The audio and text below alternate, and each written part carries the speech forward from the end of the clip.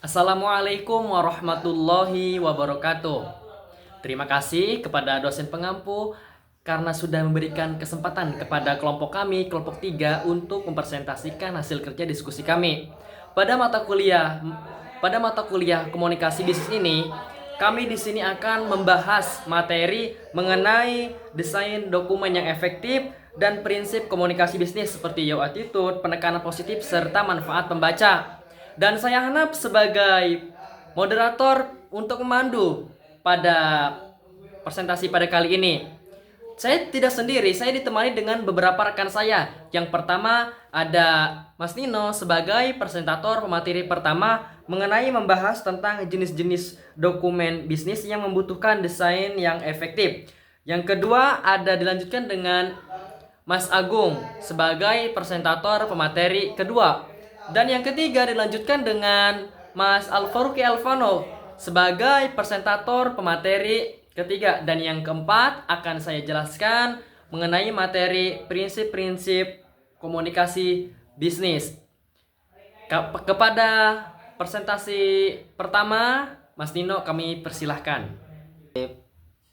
Presentator pertama atau akan menyampaikan materi pertama, yaitu tentang pengertian desain dokumen. Desain dokumen adalah proses menciptakan dan mengatur tata letak, struktur, serta konten dokumen untuk membuatnya lebih efektif. Desain dokumen dapat mencakup beberapa aspek. Yang pertama itu ada tata letak, penempatan teks, gambar, dan elemen lainnya pada halaman. Yang kedua ada tipografi, di mana pemilihan font, ukuran, dan juga gaya teks. Yang ketiga ada warna, pemilihan warna yang sesuai untuk dokumen. Selanjutnya ada gambar dan ilustrasi, penggunaan gambar dan ilustrasi untuk mendukung konten. Selanjutnya ada struktur, pengorganisasian konten menjadi bagian-bagian yang logis dan juga mudah diikuti.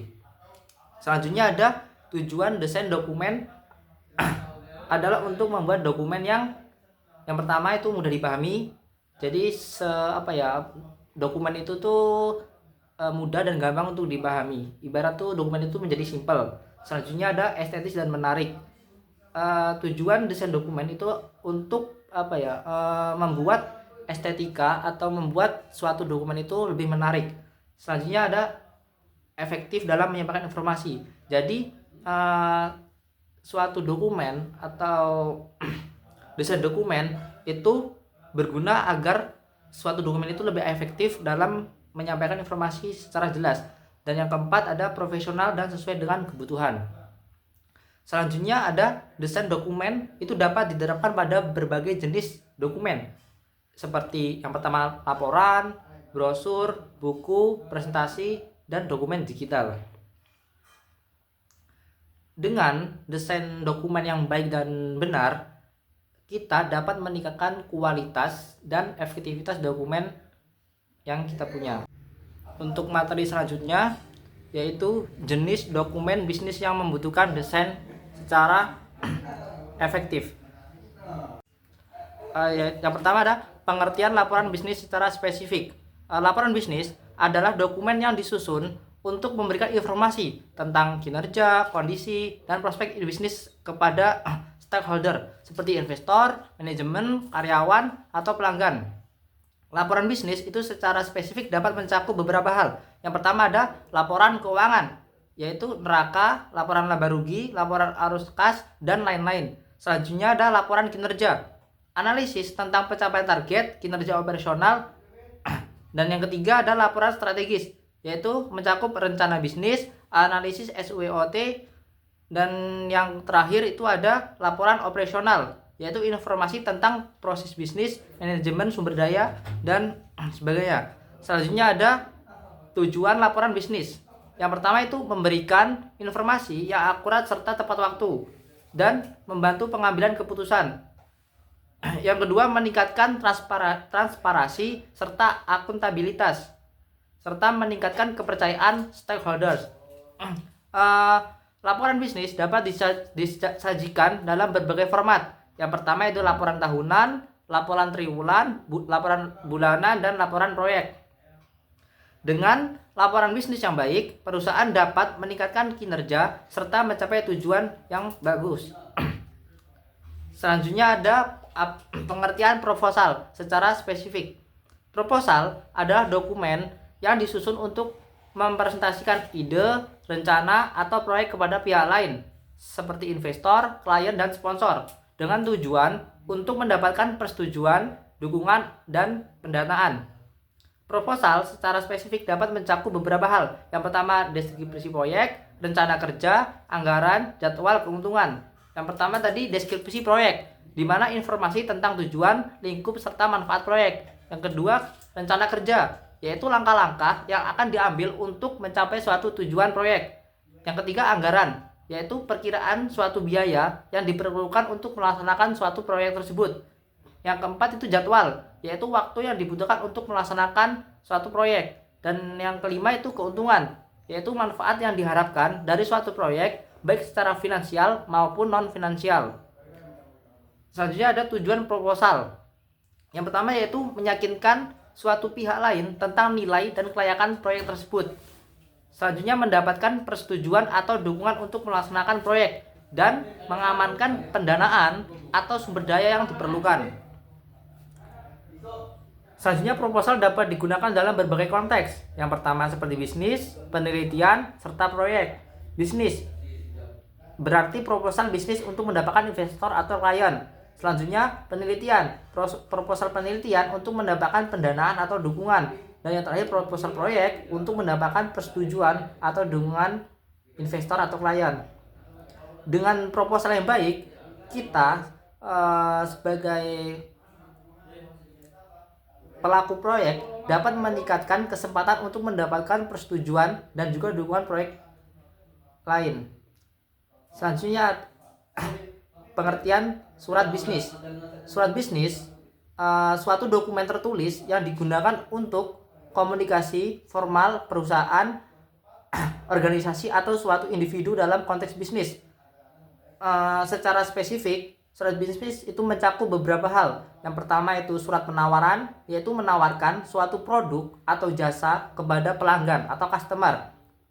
Selanjutnya ada surat permintaan, yaitu meminta informasi, harga, dan layanan dari perusahaan lain. Selanjutnya ada surat konfirmasi, mengonfirmasi pesanan, pembayaran, atau perjanjian. Yang keempat ada surat keluhan, menyampaikan keluhan atau masalah terkait produk tersebut atau jasa tersebut. Selanjutnya ada surat permohonan, yaitu meminta izin, merekomendasi, atau dukungan pihak lain. Tujuan surat bisnis itu ada beberapa hal. Yang pertama itu mengkomunikasikan suatu informasi bisnis secara formal, membangun hubungan bisnis yang profesional, meningkatkan kepercayaan dan kredibilitas, serta mendukung proses bisnis seperti penjualan, pembelian, dan kerjasama.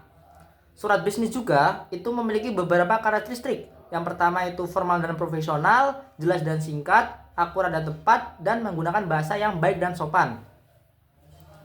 Dengan surat bisnis yang baik, kita dapat meningkatkan kesempatan untuk mencapai tujuan bisnis kita. Selanjutnya, presentasi bisnis secara spesifik, yaitu presentasi bisnis adalah suatu proses penyampaian informasi tentang produk, jasa, atau ide bisnis seperti audiens, seperti investor, klien, atau pelanggan dengan tujuan untuk mempromosikan, meyakinkan, atau mengonfirmasi. Presentasi bisnis itu memiliki beberapa aspek seperti presentasi produk, yaitu menampilkan fitur dan manfaat produk. Presentasi jasa menjelaskan layanan yang ditawarkan. Presentasi bisnis yaitu mengenalkan perusahaan, visi dan misi perusahaan kita. Dan presentasi proposal yaitu pengajuan atau untuk mengajukan proposal bisnis atau proyek. Presentasi bisnis itu memiliki beberapa tujuan, yaitu membangun kesadaran dan minat audiens, meyakinkan audiens tentang produk kita atau jasa kita, meningkatkan kesempatan untuk mendapatkan kesempatan atau kerjasama, serta membangun hubungan bisnis yang profesional. Selanjutnya, presentasi bisnis ini efektif dan harus memiliki, yang pertama itu struktur yang jelas, yang kedua konten yang relevan, yang ketiga desain yang menarik, dan yang terakhir pengiriman yang percaya diri. Dengan presentasi bisnis yang baik dan benar, kita dapat meningkatkan kesempatan kita untuk mencapai tujuan bisnis kita. Sekian dari saya. Oke, lanjut dari pemateri 1. Saya Agung Ajis Kurniawan selaku pemateri kedua akan membahas materi tentang prinsip komunikasi bisnis dan manfaat desain dokumen yang efektif. Oke, prinsip komunikasi bisnis dibagi menjadi 3. Yang pertama ada you attitude, penekanan positif, dan manfaat pembaca. You attitude. Apa sih you attitude itu? You attitude adalah pendekatan komunikasi dalam bisnis yang menempatkan sudut pandang pembaca atau penerima pesan sebagai pusat perhatian. Bukan sekadar mengganti kata saya atau kami dengan Anda, tetapi lebih kepada bagaimana pesan dikemas agar kebutuhan, kepentingan, dan keuntungan penerima lebih ditonjolkan. Prinsip utamanya, 1. Fokus pada penerima pesan atau apa manfaat bagi mereka. Yang kedua, gunakan bahasa yang empatik dan sopan. Yang ketiga, hindari kesan menyalahkan atau membebankan penerima. Yang keempat, tonjolkan sisi positif meski menyampaikan hal yang kurang menyenangkan. Contoh lebih luas, bahasa yang kurang tepat yang tidak menggunakan attitude seperti kami belum bisa memproses pesanan Anda karena formulirnya salah. Lebih tepat memakai attitude seperti formulir Anda masih perlu sedikit koreksi agar pesanan dapat segera diproses dengan lancar. Kedua, penekanan positif. Apa yang dimaksud penekanan positif? Penekanan positif adalah menyampaikan pesan dengan nada yang membangun, ramah, dan optimis. Fokusnya bukan pada masalah atau hambatan, melainkan pada solusi, kesempatan, dan manfaat. Tujuan dari penekanan positif ini adalah agar penerima merasa dihargai, tidak tersinggung, dan tetap termotivasi untuk bertindak sesuai pesan. Yang ketiga, manfaat pembaca. Pengetahuan lebih dalam dari manfaat pembaca adalah prinsip komunikasi bisnis yang menonjolkan keuntungan, nilai tambah, atau dampak baik bagi penerima pesan. Pesan akan lebih efektif bila penerima merasa ada sesuatu yang bermanfaat untuk dirinya. Contoh, kurang tepat, tidak memakai manfaat membaca seperti kami mengingatkan agar Anda membayar sebelum tanggal 10. Lebih baik diganti dengan seperti dengan melakukan pembayaran sebelum tanggal 10, Anda dapat menikmati layanan tanpa gangguan. Dengan itu, pembeli akan merasa dihargai. Lanjut, materi kedua, saya akan membahas tentang manfaat desain dokumen yang efektif. Apa sih manfaat desain dokumen yang efektif? Pengertian lebih dalamnya adalah cara menyusun informasi bisnis agar mudah dipahami, menarik, dan profesional dengan memperhatikan tata letak bahasa, tipografi, serta visualisasi. Manfaat rinci. Pertama, mempermudah pemahaman informasi dengan struktur yang jelas, ringkas, dan visual mendukung pembaca memahami isi pesan lebih cepat. Yang kedua, memberikan kesan profesional seperti dokumen yang rapi, meningkatkan kepercayaan terhadap kredibilitas perusahaan atau individu. Yang ketiga, meningkatkan daya tarik pembaca, seperti desain menarik mendorong pembaca mau membaca sampai tuntas. Yang keempat, mengurangi risiko salah tafsir dengan bahasa sederhana, format konsisten, dan visual yang tepat menghindari kesalahpahaman. Dan yang terakhir adalah meningkatkan citra perusahaan atau organisasi. Dokumen yang baik mencerminkan manajemen yang teratur, modern, dan peduli pada detail. Sekian dari saya sebagai pemateri kedua.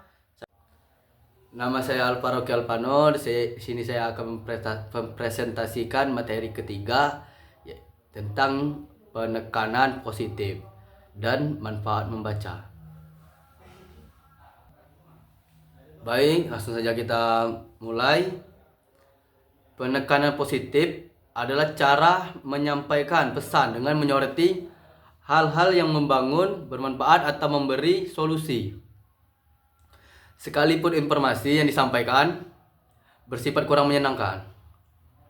Prinsip ini digunakan agar pesan tetap diterima dengan baik, tanpa menimbulkan hal-hal negatif. Dalam komunikasi, pilihan kata sangat menentukan bagaimana pesan Sepihkan dengan menggunakan nada positif. Yang pertama, informasi tetap sampai ke penerima. Penerima tidak merasa disalahkan atau dipermalukan. Terbuka ruang untuk kolaborasi dan solusi. Kedua adalah membangun karakteristik penekanan positif. Yang pertama, menghindari bahasa negatif seperti tidak bisa, gagal, salah, kurang, yang bisa menurunkan semangat pembaca. Yang kedua, memfokuskan pada solusi bukan masalah. Misalnya, alih-alih mengatakan berkas Anda salah, lebih baik berkas Anda akan sesuai jika ditambahkan dokumen pendukung. Yang ketiga, memberikan harapan atau manfaat pada pembaca. Yang keempat, membangun citra profesional dengan menekankan sikap membantu. Tujuan yang lebih luas yaitu satu, menjalin komunikasi yang harmonis. Yang kedua, menumbuhkan kepercayaan pembaca kepada perusahaan atau komunikator. Yang ketiga, yang ketiga, mengurangi potensi restensi, kekecewaan atau konflik. Yang keempat, meningkatkan kepuasan dan loyalitas penerima pesan. Contoh perbandingan. Kurang tepat contohnya. Data Anda salah, sehingga tidak bisa kami proses. Nah, lebih tepatnya data Anda dapat segera kami proses setelah data dilengkapi. Bedanya contoh pertama menekankan kesalahan pembaca atau bersifat negatif. Sedangkan contoh yang kedua menekankan solusi yang menjadi positif, bukan menjadi negatif. Saya lanjut ke judul kedua, yaitu manfaat membaca. Manfaat membaca adalah strategi komunikasi yang menekankan apa yang akan diperoleh, dirasakan, atau dinikmati pembaca dari pesan yang disampaikan. Fokusnya bukan pada pengirim pesan atau produk itu sendiri, melainkan pada nilai tambah yang dirasakan langsung oleh penerima.